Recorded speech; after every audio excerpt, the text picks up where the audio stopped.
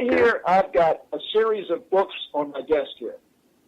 These are all Napoleon Hill books except for one of them. Napoleon Hill, Law of Success, Think and Grow Rich. There's 3 Feet from Gold, Outwitting the Devil, Napoleon Hill's Positive Action Plan, and the newest one that you just sent me last week that I finished reading last night, Napoleon Hill is on the Air. And then you gave me a book called My Shadow Ran Fast by Bill Sands. Now, what I want to talk about for a minute, I'd like to sort of end the first half of the show. We've got 20 minutes left, and I want to get a little different now. I just said that I demonstrated to our listeners that through storytelling, you have a very wonderful way of teaching a lot of life's lessons. And I just want to share something for a minute and get into a couple things. First of all, thank you for the Napoleon Hill is on the Air book. It's a book that just came out, I think, a week ago. And anybody that wants to get any materials or get in touch with Don Green and the Napoleon Hill Foundation, I think it's NapoleonHill.com, but .org. Can you tell us how to get in touch with you and buy books? It's Napill, NAPHILL.org is the website. They can go on Amazon, like on this book, LC. It's got perfect ratings, and it's number one in a finance book. It was this morning. Already after a week, it's selling really, really well. I've had at least 15 inquiries from foreign publishers wanting to publish it already, and some of the contracts I've already worked out the details on, like China, for example. It was Steve is an old reel I found that of a radio program he did. God, many years ago, he did some in the 50s and 60s. He had a week program, and this one was in Jackson, Mississippi, and his own reel tape, which I'm thinking, gosh, this thing's brittle, it won't ever play. But I got people who knew what they did, and they played it, and they converted it over to CDs. And then from the CDs, I got a court reporter hard to transcribe it into print. And I said, golly, this has got to be in a book. And Amazon's company, Grand Harbor Publishing, they've been on to me at least for a year to give them the next book. And we work with Penguin. We have about 15 books with Penguin Random House because they're the world's largest publisher. And so when I had that one available, I picked up the phone and I called them, and they said, well, we want it. Just send it to us. And we didn't even approach nobody else on it. And they treated us well, and they've it's just great information. He covers the 5 foundations for success in that series of programs, and it's been received very well. One of the things that I read in the book, and I looked through this book today for 15 minutes. One of my desires in life is to be able to stick with people that are in hardship and help them stabilize their lives. And there was a paragraph in here where the commentator that was interviewing Napoleon Hill, he made the statement. He goes, well, Mr. Hill, when you're mentoring somebody, it sounds like you never let go of them or something to that nature. I tried to find it so I could read it on the air, but I can't. But here's what I want to get into for the next 20 minutes, if you will. I want to learn something today, Don. I'm not going to miss this opportunity to be with one of the richest sources of encouragement and information and wisdom that I could ever come across, the Napoleon Hill Foundation and you. And as you know, the goal of Right Thinking Foundation and this show, Right Thinking with Steve Copeland, is to be there to work with people that are having hardship and those that want to help them. And Don, I did a lot of meditation on this before I got you on the air today. I've reread a lot of the books that I just called out. I studied a lot this week, and I highly, highly recommend the new book, Napoleon Hill on the Air. I think that is probably a wonderful entree into knowing about Napoleon Hill, and it might inspire people to want to learn more about him. I've made a study of Napoleon Hill for 45 years. But Don, in Napoleon Hill's teachings and his system and his methods, his principles of success that we talk about, there's many rags to riches stories. where somebody goes with $1 and turns it into $12 million. But what I want to talk about, and this is a question that I want to pose to you, and in answering it, I want to tell you that my two favorite parts of the 5 basic principles of Napoleon Hill are the mastermind group and going the extra mile. But, Don, I'm going to ask something very special of you. If we only scratch the surface today, I would love to have you, whenever your schedule permits in the future, to be my guest again to talk more about Napoleon Hill and what people need to learn from Napoleon Hill. I would love to have you come back again. I'm asking you now before we run out of time. Yeah, I would be more than glad to. And of course, I know your program is based on overcoming adversity, and I've read a lot, and I guess I have some good points on it. But back to your story thing, bringing up the Bible, but I believe there's 26 parables. Somebody will probably call in and say, "No, that's wrong." But I studied those, and Christ, he told stories.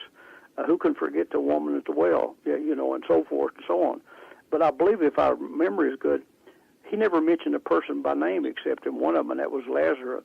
I don't think a prodigal son, for example. On and on and on. He did not mention their names, but he told stories. And if you can read them one time, how could you not remember the story of the prodigal son and apply it to our day's life? So I think the stories are important. But I love the bit on adversity of what we can actually do.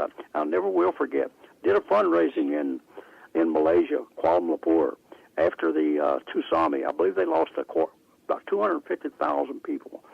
And we had a fundraising thing where people by donations. It was a large crowd held in. I think it was the Interior Minister, some politicians was there. I spoke, and there was a psychologist spoke, and he said that he was talking to some people, and said one man said to another and said, he said, "We understand you lost everything you had."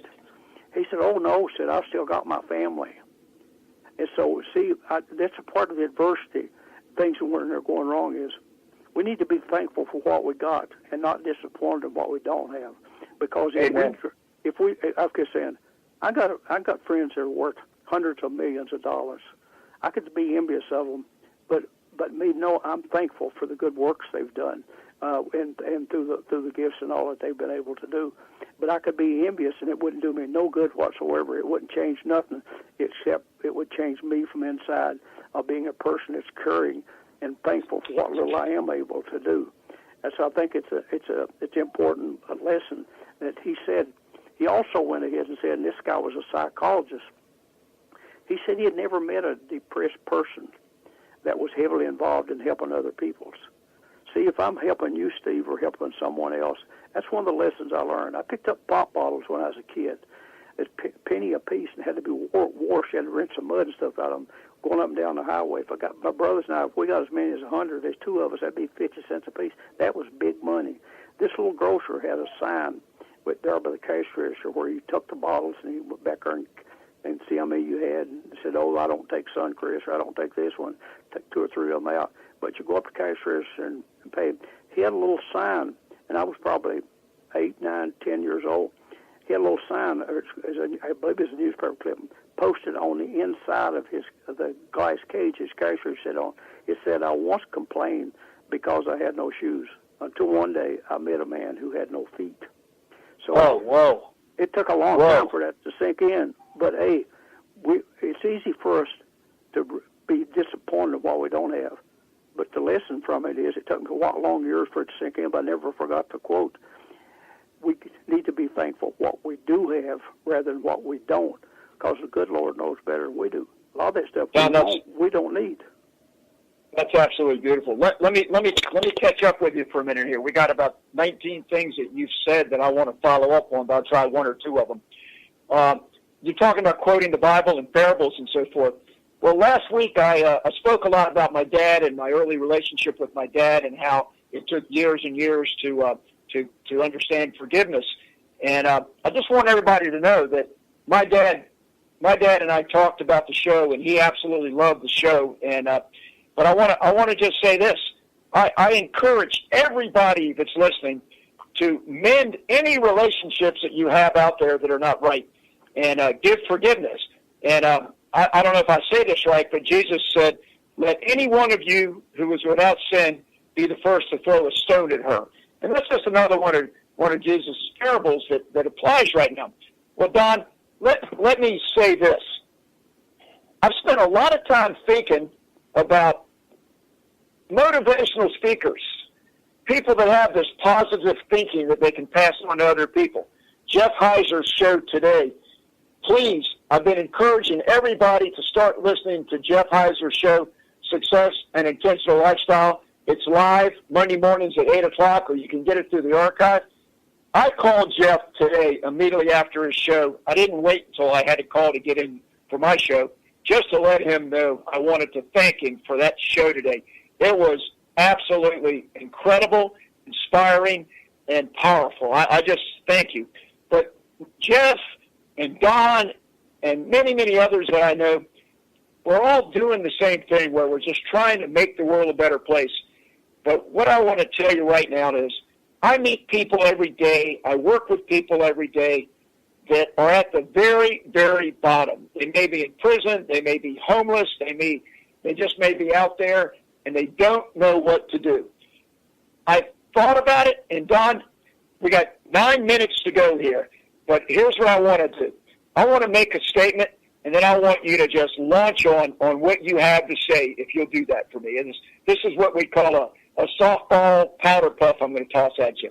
One of the things that Don has said, and he quoted Mark Twain to me on this. He says, if you're going to be a leader, you got to be a reader. A lot of men that go in prison, well, here's the sad fact of life. People that are down and they got to get up, they need a helping hand, but they got to take that first step. A lot of them will not take that first step. And what I was looking for in the book, Napoleon Hill on the Air, Napoleon Hill said to the interviewer, he will not let go of anybody. He will be with them all the way through to try to help them up as long as they're not violating the laws of God. And so he is not going to give up on you. I'm not, Don's not, Jeff's not. But here's the thing. Sometimes we just have to give people time. And what's sad is a lot of people need to be incarcerated. That's a common theme of people that are incarcerated, is that they thank God that they got stopped so that they could finally stop and listen and change. And so one of the things that I think is an answer that I did not have until I studied this week in preparation for my interview with you, Don, wouldn't it be wonderful that people did not have to wait till they got arrested, incarcerated, separated from society to start to read? There is so much reading that they can do that can help them change their lives. Napoleon Hill, your book. And so, Don, I would like you to talk about what can we do to help those people that are the hard ones to reach. The ones that, it's not a rags to riches story here. It could be, but Don, how do we get people that have given up on themselves? What do we do to help them find out who they are and how they can believe in themselves so they can have a better life? Well, Steve, it's always been a mission of the foundation to do prison work. We have ongoing prison work. I went up and spoke to 50-some chaplains that covered all the prisons in the state of Ohio. We do lots of work. They purchase a lot of our books, and we have continuous correspondence. I can tell you one little short story. Several years ago, it was when Outwitting the Devil came out. I got a call from this guy, and he's a big-time radio program in Michigan. He said he would like to set up an interview for me. And I got to checking, and they're